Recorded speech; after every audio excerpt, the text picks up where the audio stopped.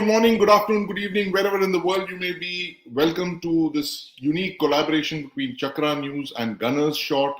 I'm joined by Lieutenant General P.R. Shankar, former Director General Artillery, a commentator on many things beyond just the military. We're going to be talking about geopolitics today. Bangladesh is our focus. This morning, Advaita Kala is back from a vacation. She has some issues. She will be joining us, some technical issues. So hopefully she'll join us through the podcast. But Jan Shankar, I want to start by asking you this straight off. Is Bangladesh becoming the new East Pakistan 2.0 in 2025? Oh, thanks a lot on this Saturday morning. And SANDEEP, great talking to you once again after a week. But before we talk of that, I must grant it to you. The way you put it, is Bangladesh the new East Pakistan 2.0? Right. Okay, I'll put it this way. It's the new East Pakistan 1.5. It's not a 2.0. Okay? Not a fully formed number. Yeah. It's not a fully formed East Pakistan. It's not going back to it. And probably it can't go back to its roots. Right. To East Pakistan. But it's no more the Bangladesh we knew. Right. It's neither the Bangladesh we knew or we liberated. Right? It is not the Bangladesh of 1971. Right. It's not the East Pakistan of 1971. It is somewhere in between. And the thing is this, that, look, neither is India the India of 1971. Let's put it this way. Change is endemic. But Bangladesh has regressed. The thing is, Bangladesh has regressed. And I'd like to talk about that more than, what's happening. That is something one has to understand. Why is it regressed? Every political system or nation or anything progresses. This has regressed back. It started with something and it is now revising its history. Right? It's revising its history and it is actually disregarding its own history. It's as if what's happening in Bangladesh today is as if their history from 1947 to now is not there. It's in fact from 1971 to now, it's as if it's just not there. So it's someone else's lived history. Right. My view is any nation which disregards its history doesn't have a future. Right? Or if this nation has to go back to its history from 47 to 71, well, is it going back to a future of that kind? So there are a lot of problems with Bangladesh the way I look at it. That's very interesting. You should say that, Jan Shankar. The fact that Bangladesh is regressing, and we've actually seen that. And I think the most stark reminder of this is the way that they've been literally erasing their history of 1971, beginning from Bangabandhu Sheikh Mujibur Rahman's house being razed, and even the murals. If you notice the murals of that famous surrender at Dhaka, those are being destroyed. Everything to do with their victory, liberation in 1971 is being erased. Almost as if it is one political party that gave them independence, and therefore they want to go against that kind of thing. It's a bizarre state of play in Bangladesh. Let me. It's not just that. Let me see how they're doing historical revision of their own story. Right. Look, first and foremost, they're, like you rightly brought out, they're downplaying the role of Sheikh Mujibur Rahman. Okay, right. The term Bangabandhu is no more used. Right. They've removed his portrait from the currency. Of course, his Dhanmondi has been, once broken. Now they want to completely erase it, flatten it out. Right. Okay, and then they altered textbooks. Right. And very funnily, they now, whoever the forces are, they want Ziaur Rahman as the, father of Bangladesh, not Sheikh Mujibur Rahman. Right. And he is the guy they say is declared independence of Bangladesh and all that. So Ziaur Rahman has come into the picture. Now, the fact is they feel that India has not contributed to their liberation at all. At Right. all. They have conveniently forgotten that we hosted more than 10 million refugees. They have conveniently forgotten the fact that, we had to go in and fight for them, shed blood for them. That's gone. Right. Look, I'm not decrying the fact, or rather, you cannot underplay the fact, even by iota, of the sacrifices which Bangladeshis made for their Yes. freedom. Yeah, millions That of is, Bangladeshis were murdered, massacred, they were yeah, killed, yeah. tortured. They Yes. bore tremendous thing. You can't. But so did India. Okay, we Right. were a poor country then. We're not a rich country like today, Right. relatively, right? And we bore them, right? And most importantly, they are rehabilitating the same Jamaat-e Islami, which was against their liberation. Right. And it collaborated with Pakistan during the genocide. Right. Without the collaboration of groups like Al-Badr and all. Al-Badr was Right. a offshoot of, not even an offshoot, was a subsidiary of Jamaat-e-Islam. Right. This was a militia that cooperated with the Pakistan Armed Forces, Army. Right. Even in, capturing East Pakistan rifles, East Bengal rifles, that was completely surrounded their thing in Chittagong, near Chittagong, I think Pilkini or someplace or that, I'm forgetting, and disarmed them and arrested officers. All that's gone from their history. I mean, that's very funny. Then there's another trend which is there, which is not marked. There's a pro-Islamist tilt. I mean, the fact that they've lifted the ban on Jamaat-e-Islam itself indicates that they're Islamist tilt. That's one. Right. They have released JEI leaders who are imprisoned and sentenced to death for genocide. Now those people have been released. Yeah. There's Hizbul Tahrir, guys with known affiliation for Hizbul Tahrir, which is a fundamentalist organization. They've been put into government today. They have not acted, on their thing on minorities, Hindus, Buddhists, Christians. They've suffered at the hands of Islamists just in the past 1 year. Right. Right. And then you see, the biggest thing of the revisionism, pro-Islamist tilt, and East Pakistan 2.0 is they are now targeting their own syncretic Bengali culture. Right? It's something like a Islamic counter-revolution which is happening. Right. It is both theocratic in nature. It is anti-India ideology. It is anti-Bengali ideology. In fact, if I go back in history, it was Ziaur Rahman who started the story. It was Ziaur Rahman who said, we don't want a Bengali culture, we want a Bangladeshi culture. And that Bangladeshi culture was more Islamist in nature. The secular part of the Bengali culture was, started to change. And it changed quite a bit. If you go into the history, from Ziaur Rahman to the time of Ershad. Ershad was also Islamist, incidentally. Yes. Yes. Right? Till even BNP continued with it. It was only Sheikh Hasina who took it back to the secular constitution.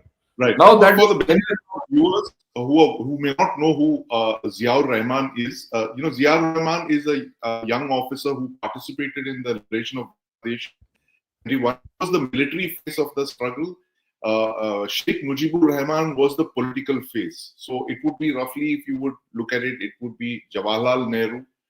Sheikh Mujibur Rahman was like a Jawaharlal Nehru, Mahatma Gandhi rolled into one. And Mujibur Rahman, Ziaur Rahman, if you argue, would be something like a Subhash Chandra Bose, the military face of the struggle. And what happened is that in 1975, he took over power in a coup. He didn't directly assassinate Sheikh Mujibur Rahman, but he benefited from the assassination that he took over the reins of power in 1975. That's 50 years ago in August. And he ruled for 6 years. And as Shankar was saying, this is the Islamization of Bangladesh that we have missed. Pakistan began its Islamism after Ziaul Haq in 77, but we forget that there was another Zia in Bangladesh who had begun the same process in 75. And that is literally the result of what we are dealing with today. And the BNP is the party that Ziaur Rahman founded. It's now run by his widow, Khalida Zia, and his son, Tariq Rahman. And so that is the other pole of the Bangladeshi politics. So, I mean, sir, please continue. Yeah. Look, I'd like to clarify. Ziaur Rahman was nowhere near the stature of Subhash Chandra Bose, even in their own story then. A rough analogy, just very rough analogy. Nothing to compare. In terms of nature, they're completely different. Yes. And one. Number two, you look at their history and analyze it. Ziaur Rahman was responsible for the assassination of Sheikh Mujibur Rahman. You know, if you look at it there critically, their literature, it suggests that he was the mastermind behind this assassination, and he did it deliberately to take over the state and put it under the martial law. And he founded the BNP, which was thing. Then he also was the one who, you see, this is where the parallels with East Pakistan start, East Pakistan 2.0 and Pakistan. He was the one who started the tilt towards China, right? He was the one who said, we have to be anti-India. India, we are surrounded by India. India is not our friend. This was views.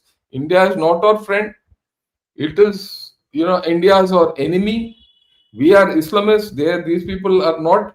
We will be culturally invaded. He was the one who started the thing that of Bangladeshi thing, rather overriding the Bangladeshi nationalism, overriding the Bengali culture. Okay. And he was the one who said to offset India, we have to go to China. That's what Pakistan did, and that's what he also did. And fundamentally, because of the reason, he is basically from the East Pakistan Rifles. You go back into time, he was a Pakistani officer. And don't forget, Shankar, he was actually ISI. Not a lot of people he was Inter-Services Intelligence, ISI. So that's why the intrigues. So he was, actually, let me give you a personal experience. I'm going back to 84. I was an instructor in School of Artillery. And, I was teaching the long gunnery staff course. Two Bangladeshi officers had come to do the long gunnery staff course. And one was a young officer. And we're talking of 84. By then, you're talking 13 years later, right? 71. There was a young officer who was normal. He was like any other Indian officer or a Bengali officer, and though he was from Bangladesh. There was another senior officer who had about 14 and a half years service, right? He was of that original Pakistani origin, I mean, when I say Pakistani origin, from the time when East Pakistan was, this was East Pakistan. Yeah. Now, this fellow was hostile to us. You could make out. He was hostile. Mentally, he was hostile to us. Right? So now, we have to understand the Bangladeshi army of that time, even Ershad, had his origins in, the Pakistan army of the year. Many of these people probably did not want liberation from Pakistan. Right. So they've taken these people from then. The revisionism didn't start with Yunus taking over. Right. The revisionism started then. So what you're seeing today is a gradual process which happened. Plus, this is conflated with the rise of militant Islamist forces or radicalism all over the world. Right. Okay. And plus the fact that it was Ziaur Rahman who started, setting up links with the Middle East. You see, very funnily, why did these people go to the Middle East and all? They needed foreign currency. They needed, right? So they sent them as labor, basically. So Bangladeshis were cheap labor for the rich Middle East economies from 71 onwards. I mean, think of it. That was a time when the oil shock came, the first oil shock, and the OPEC Right. formed in the 70s. Mid-70s. 72, Yes. yeah, 72, 73, if I remember right. Right? And that was when people started having money. So Bangladeshis were sent, and this chap took over in 75, Ziaur Rahman. So he not only started this Islamic trend line, he started increasing his links with the Middle East. He said, look, my Bangladesh future is with the Middle East, it's with China. And so from there, the Islamist and the radical tendencies came back, just like it happened in Pakistan. Right. Right? So with the money came Yeah. the ideology. Okay. So this has been going on, not now, over the half century that Bangladesh has existed. So these things we have to understand. That's why I said it's 1.5. Pakistan, East Pakistan, 1.5. No, fascinating sweep of history, Ajahn Shankar. And what the takeaway from this is that in 1971, I think there's a large section of Bangladesh which hadn't reconciled to the idea of an independent Bangladesh. And that is the Islamist part. The Jamaat is part of that faction that is not reconciled. They did not want an independent Bangladesh. And I think that is the segment that we are now seeing, bubbling up and, doing all this destruction of their history and rewriting their textbooks and that. But the strange part, Janak Shankar, is that how does Muhammad Yunus, this so-called left liberal, secular, progressive, Nobel Prize winning guy, fall into this Islamist trap? Oh, well, this is again a tendency. Look, I'll go back in political history and we'll see the thing. Strangely, the left-wing element, left-wing ideology, communist ideology, and radical Islam have a deep connect. Look at it in Pakistan. After all, what was Bhutto? Bhutto was a left-wing socialist. Socialist, yes. Socialist. He ultimately promoted the Islamism. He was the one who spoke of an Islamic bomb and all that. You look at the tendencies in Egypt, Tunisia, in the complete Middle East, Libya, Syria. All these had left-wing ideologies, and these were the founds of Islamic radicalism. Or for that matter, even PLO. Right? So there is a great conflation between the left-wing ideology and Islamic fundamentalism, right? And that was there in Bangladesh all through. It had never gone. That's a global trend line, right? And I feel, when you analyze Bangladesh, there were three streams running parallel in Bangladesh, right? And the first stream amongst them was those in Bangladesh were those who were with the India, pro-India, secular, that stream. Okay. Right. The second stream was the anti-India, pro-Pakistan stream, like JEI. Okay. Right. And that kind. The middle stream was the lot who were who were more Bangladesh nationalism, and all that, and not exactly anywhere. Okay, these three streams, say till about for some time, the first two streams operated together, and when you see Bangladesh from 75 to around 2000. The middle stream enlarged and continued a middle path. But today, what you're saying is this middle path and this extreme path have conflicted. Now, if you look at it, Yunus was on the middle path. Right. He was in the middle path with the tendency to go to the right. I mean, when I say right, towards the Jamaat variety. And that is why he was thrown out of, he was actually convicted and thrown out. Yes. by Sheikh Hasina because he wanted power earlier, right? Right. And he wanted to gain power through his that bank, micro bank, which he put Grameen Grameen, Bank. right? He was thrown out of the Grameen Bank because part of the Grameen Bank uh, was affecting governance because it went to Right. grassroots. It had a grassroots reach. So he was thrown out. So he was just waiting to be brought back in through the Soros route and the Clinton Foundation and all. Yeah. And then, of course, look, we all know the links which Pakistanis have had with USA, but we've Right. always ignored the links Bangladesh has developed with USA. And particularly post 1975, Yeah, post the assassination of Sheikh Mujib. yeah. So both these have happened. No, so what is happening is probably in a way a natural flow which is happening. Okay, Right. and this was aided, unfortunately, aided by Sheikh Hasina's own authoritarianism. And right, and she was hard. I mean, she had to rule Bangladesh with the iron fist. Otherwise, Right. nothing would have happened, right? But then, is it different in Bangladesh? You look at it at every stage. At every stage, it's the same. Bangladesh always had a troubled history. They killed Right. they killed their own people. It's like I mean, how do I say? An animal killing its own children, Yes. right?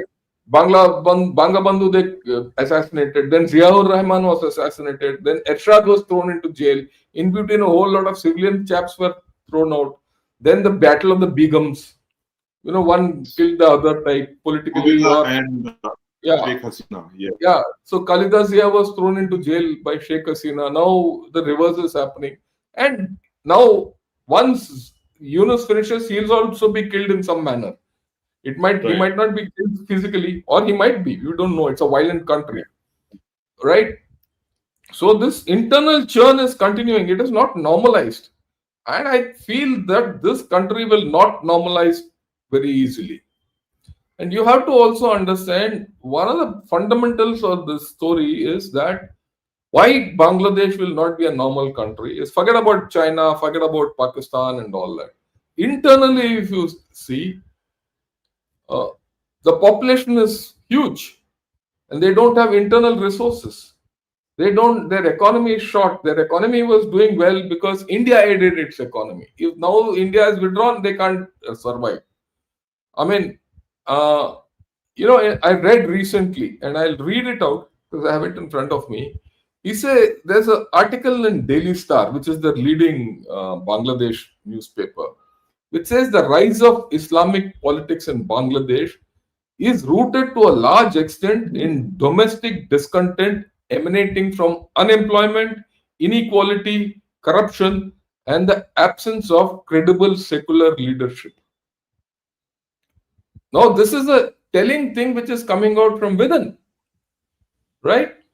Yeah. So this is a telling thing which is coming out from within. And then this guy who's commented, he says further, that's the duality in Bangladesh which you see. If India is unashamedly Hindu, why should Bangladesh not be proudly Muslim? Right.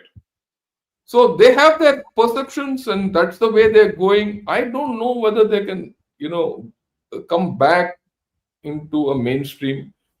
What they feel their mainstream is far different from what we feel their mainstream should be. So there's Should a be. so I don't see this reversing easily. I don't see Bangladesh economy coming back on track. They don't have balance of payments. The garment industry has closed. I can give you a complete Dobby list of how their economic indicators are bad. Their rice imports from Myanmar, on which they have to survive, has gone down. Agriculture output has gone down there. FDI has gone down. Their garment industry, which was the biggest, about 90 odd garment industries are packed up. 50 odd thousand people are without jobs, right?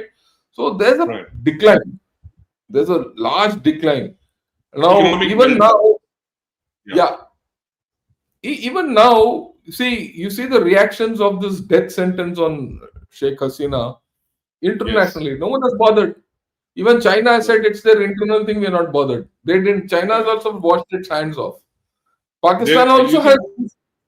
Yeah, normalized. This thing has been normalized. Then you think the state of play? Yeah, that's the thing. Whatever is happening in Bangladesh is being normalized by the people of Bangladesh.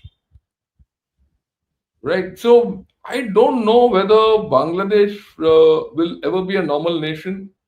Oh, well, the way it is, we have to deal with this East Pakistan which is emerging. Right. Right. Deal with this East Pakistan that's emerging. But Jan Shankar, I have to ask you then, what about this? We discussed this in the past as well in passing. The Pakistan, Bangladesh, China axis. What does that mean for our northeast? That is another axis that is developing. You see that? Look, I'll put it this way.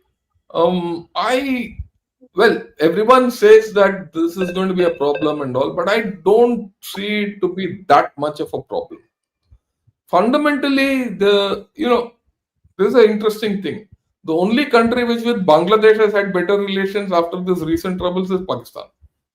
Right. But Pakistan doesn't have the capacity to do anything there. What? Right. Just because a few guys have gone and ISI is gone, what will happen? Trade can't happen because Pakistan itself is in doldrums. Yeah. Right. Today, IMF is not hesitating to release them the next tranche because they want some conditionalities. I'll not go there. What trade can happen between two beggars? Literally. Okay, you can trade. Yeah, that's a fact. That's the first thing.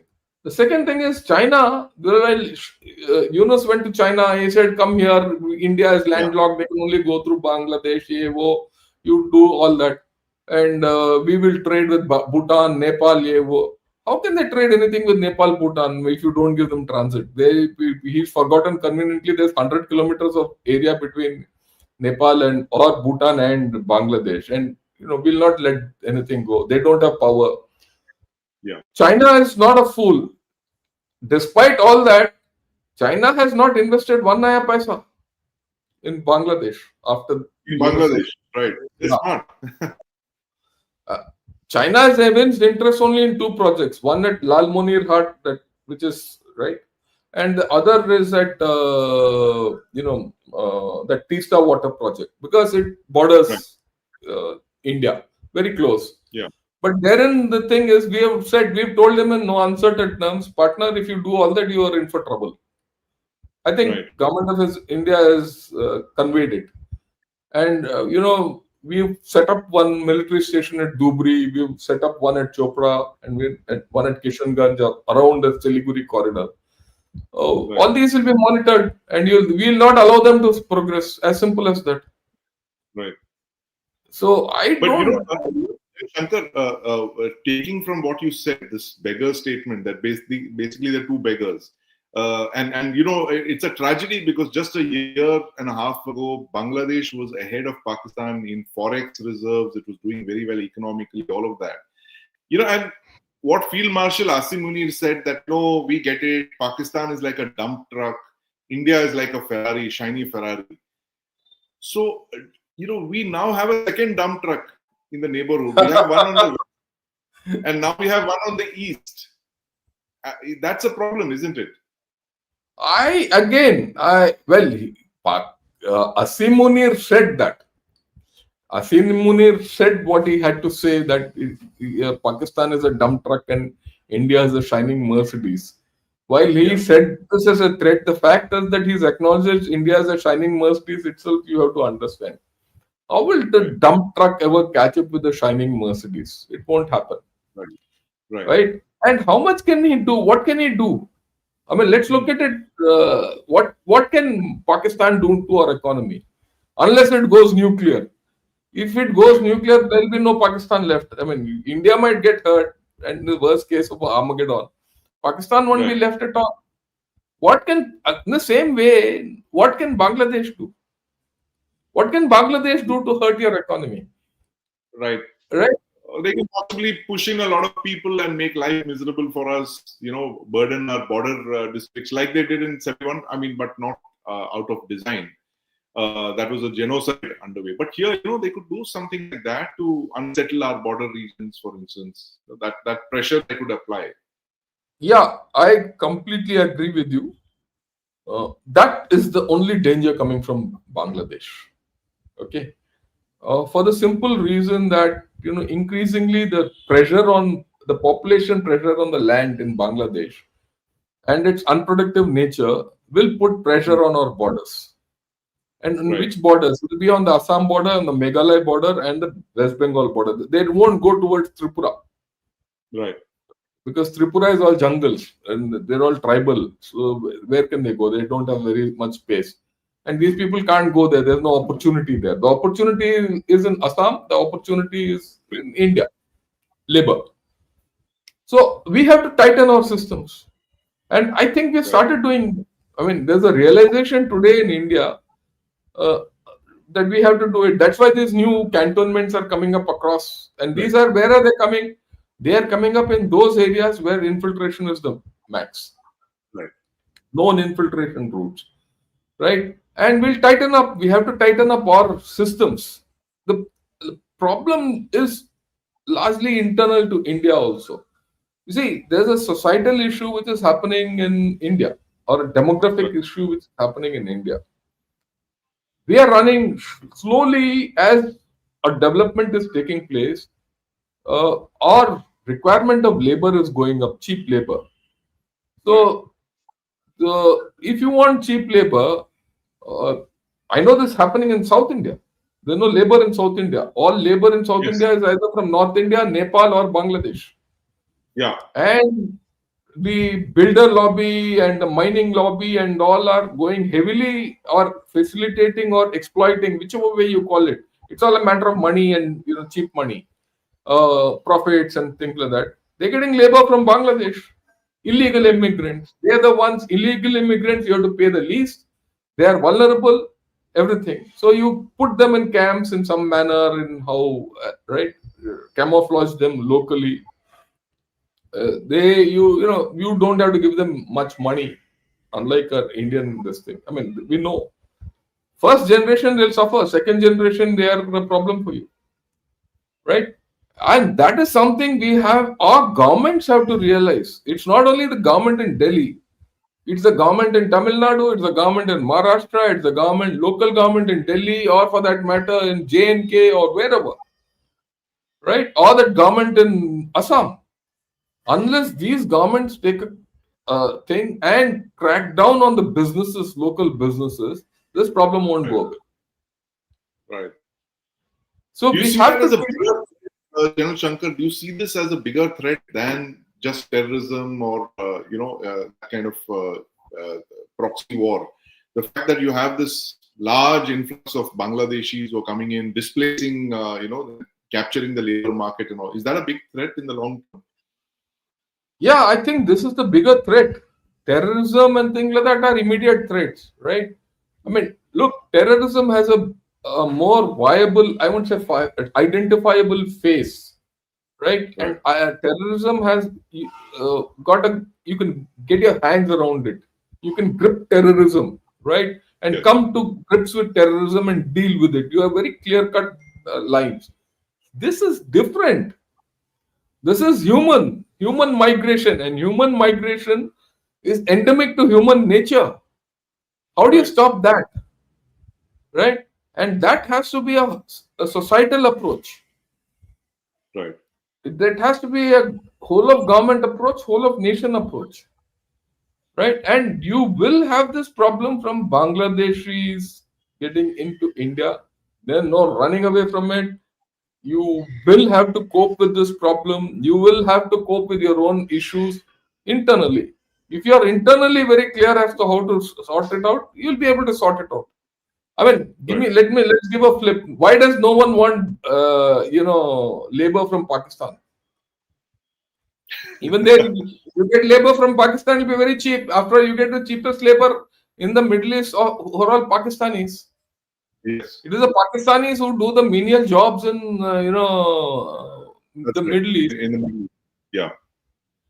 So no one goes there. Why? Because everyone recognizes that Pakistan is your adversary. Right. Right? Unless we all start recognizing that Bangladesh is East Pakistan 2.0, 1.5, or whatever it is, it's back to the thing, you'll not stop this flow. That's my argument. Right. That's a great take, Jan Shankar. And the fact that East Pakistan 2.0 or 1.25 or 1.5, and that's going to be a big worry for us, especially at a time when we're talking about the Act East policy was on track, and now that is temporarily paused because of the violence in Manipur. Then, of course, the issues in Myanmar and now in Bangladesh. What do you see in the next couple of months happening? Bangladesh has got the elections in February, which we hope are going to be free and fair. But the Awami League has been kept out. They've been not being allowed to contest the elections. What do you think is going to happen? It's just 3 months away. Look, it's going to be a turbulent period ahead. One thing which has come out in the past 1 month is that the Awami League is not finished. It's there. Okay. Right. Sometime back, there was some kind of a poll taken, views taken, and what came out? Way back in February, it came out that 42% wanted to vote BNP. Right. Jamaat, earlier it used to be 10-12%. Today, probably it's in the region of 30%. Awami League, 14%. This is in February. I'm talking of a poll in February. And NCP, that is the New Citizens Party of the students, about 5%. But this count was, or opinion was taken in February, March. We are now 8 months down. But in the 8-9 months, what has happened? Their economy has gone for a toss. A lot of violence, a lot of breakdowns. No one is responding internationally. People are in pain. So the Awami League is still the strongest party, in Bangladesh. After all, the party got liberation for this country. They are quiet. Many 2/3 of the people who were polled didn't reply back to this poll. Incidentally, they're quiet. Oh. So there is what is disclosed. Silent majority. Yeah. Silent majority. What is disclosed versus what is undisclosed suggests that there is a hidden support for Awami League below the surface, and because of the violence, they've been intimidated. They're low with the violence and atrocities, and that has started surfacing recently with the when the tribunal was sitting and about to decide the sentence. There was a lot of violence in the country. And a lot of this violence probably has roots, or rather can be ascribed to Awami League. After all, they'll react. You press that cat to a corner, it will react. So I won't rule out the Awami League at all. Right? So that brings you to a situation. The army has very clearly told Yunus and company, hold the elections. Yunus doesn't want to hold the elections because probably they know they'll lose. And if the day the elections are held, it doesn't matter who comes. And Yunus is old enough to know that he'll be the first guy Bakra to be killed. He'll be out. Right. As happens in Bangladesh's very violent history. We're only going by history. We're not advocating any line of action. This is Bangladesh's history. It has a very violent past. It's very surprising for us here in India. We've never had any such violent transitions. All our transitions have been very peaceful. The Prime Minister and the leader of the opposition may shout at each other in public, but privately they have a good equation. But here, I think in that sense, Bangladesh takes after Pakistan. This violence, and I think Yunus knows that, as you said, that 75, 81, Ershad in jail, Khaleda in jail, so he knows what is happening. So it is very important for his own survival. Yeah. You said. Yeah, look, there's a clear parallel and a similarity between what's happened in Pakistan over the years and what's happened here. Those 4 military coups, and number of people, Bhutto hanged, and look at it. right? Imran Khan jailed. See, there's a clear thing. Their prime ministers have been jailed.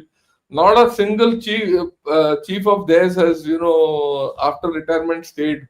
They all run away. Same thing here. So, and Hmm. in both these places, the revolution which has happened in these countries has eaten up its own children. They say Right. revolutions have a habit of eating up their own children. So in Eating up this, their the children. child, right? The child, the old child of this revolution is Yunus. I feel he will be Right. the first guy who will be eaten up, Right. right? By whatever happens in February. So he knows it. He doesn't want elections. But the army is very clear they want to hold elections. The Right. one difference I see, probably that's why I said 1.5. The Right. army and the chief are not interested in taking over the nation so far. That's interesting. Why is that? He doesn't want to shoulder that responsibility. Wakaruzaman, general. I think he is probably the only hope in Bangladesh today. He's the centrist of the whole lot, and he's Right. looking at the larger interests. In fact, look, he's also in touch with the US people. After all, the US Right. Pacific Command guy came, he went to Qatar once, and he must be talking to India. He's been talking to everyone, and he is the, one who's probably holding the country together and not making it Pakistan 2.5, 2.0, and hold, So he's the fourth player. You see, if I look at it, the four political players who are looming up is one is BNP, one is Awami League, which is coming back up. Third is this Right. JEI, Jamaat, and the NCP. Fourth is, the party, the army itself. And Right. the fifth player who's like a kite who's flying, cut off is Yunus. But Yunus. unfortunately, that kite without a, clear stake on the ground Right. is also Yunus, but he's controlling everything at this point of time. Yeah, as So, chief advisor. My mistake. Sorry, chief advisor. chief advisor. So Yeah. now you see that, this problem we will see because this uncertainty will continue. Someone will come up in February. But said that, will this problem get solved in February? It will not. There will be this problem will take another shape. The problem won't go away. Let's be very clear. This problem is not going to go away. Right? This problem might not be as violent as it is or as problematic as it is with Pakistan, but this will have a different problem which we'll have to deal with. Right? It will not be a military problem for us, and I have a different opinion on that Siliguri corridor. The Siliguri corridor, everyone says is a threat and all. It's been 70 years now. It's not been a threat. China can't come there. Let's be very clear. Right. Neither can Right. Bangladesh do anything about it. And if you have to, one of the garrisons which you are putting up at Chopra sits just up 10 kilometers away from the Tetulia. South of Right. that, you can go, just go through that little thumb which sticks out in Bangladesh. 5 kilometers, you are into Jalpaiguri. Right. That's not a problem. The Siliguri corridor, in my way of thinking, is not a problem. But then No. you have to look at the bigger issues. Right. How do you deal with East Pakistan 1.50 is Yeah. the bigger issue which we are talking, or East Pakistan 2.0. What will it be? It's not going to be Bangladesh. Don't expect it to be Bangladesh of 71, or don't expect it to be Bangladesh of Sheikh Hasina. That's gone. That era is gone. And Will it Islamized become Bangladesh. Yeah. Islamized Bangladesh? Right. I'm sure that this is going to happen. Right. And would you keep any military contingencies, to cater for such things where Bangladesh becomes a threat, a military threat to us? Do you see that happening, military intervention by India anytime in the near future? Look, I don't see a military intervention at all. Let me be very honest. Neither should we. Right. Because if you see the history, the only time we intervened was in 71. It was an all-out war and all that. And that condition doesn't exist anymore. Right. It's going to be a political problem. Let them sort it out. I mean, we don't have any role. And The history after the 71 intervention is whenever you interfered in the political process in Bangladesh, it has backfired on us. Right. It has backfired from 71 to 75. Whatever happened in 71, it was all at the end of the day, it was a political process which you put in place. It backfired on you in 75. Then you invested into Sheikh Hasina. The first time she came, it backfired on us. Again, you have invested into Sheikh Hasina for the past 10-15 years. Again, it has backfired on us. So what should we do then in that case? Can we just be passive observers? No, we don't be passive observers. I think we have to be active. But you have to be active in protecting your interests. What are your interests? Seal off the border. Don't expect anything to come out. One. Number two, maintain enhanced vigilance on the North Bay of Bengal. It's easy to say it's international water and all. But look, I mean, let me give a rough parallel. Why did Trump convert Gulf of Mexico into Gulf of America? Why is he doing what he is doing in Venezuela? Why is he doing what he is doing with Canada? Why is he doing what he is doing with Greenland? Why is he doing what he is doing with Panama, Colombia? Look at him. That's the Monroe Doctrine in a different manner. Yeah. So this is our backyard, and this is an unruly child, right? So you need to use the stick in a manner. It's best suited for it.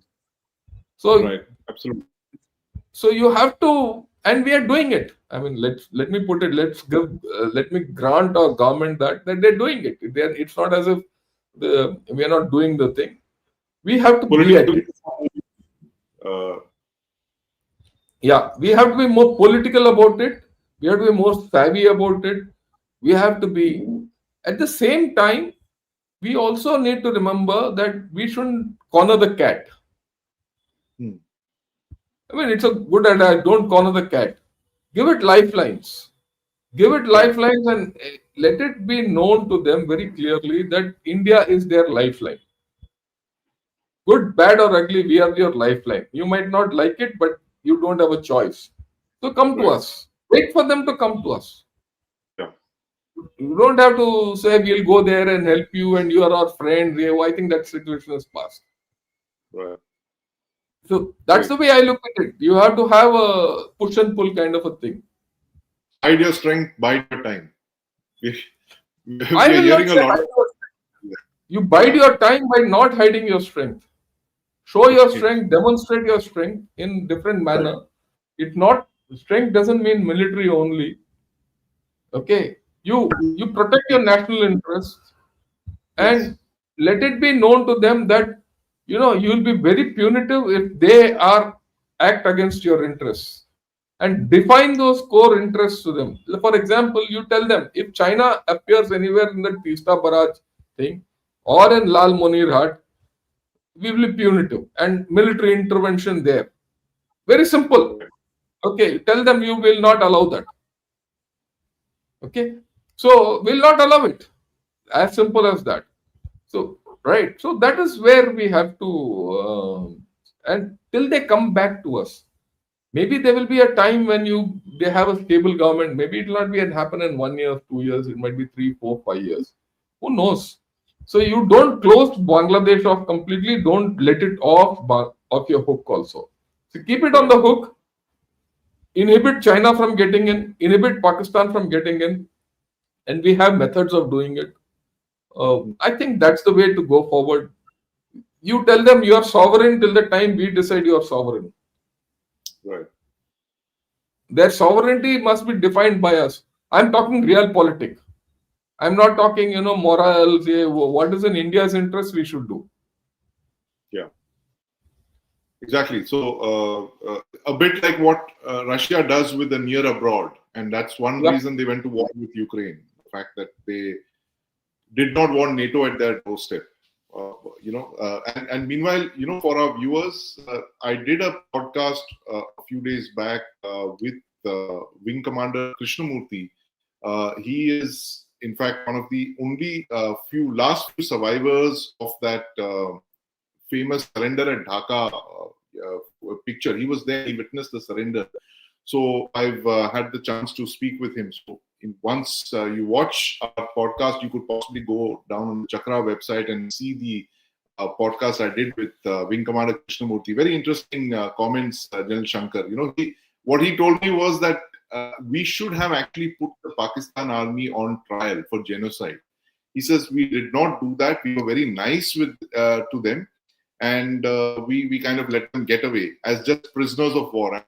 Interesting observation he made was that we conducted 2 rescues in 1971.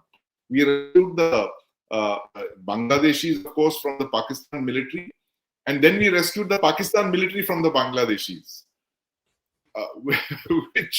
which he says could have been avoided. Maybe that's his view, but it's a very strong view. You should take a look at that podcast when you finish watching our discussion.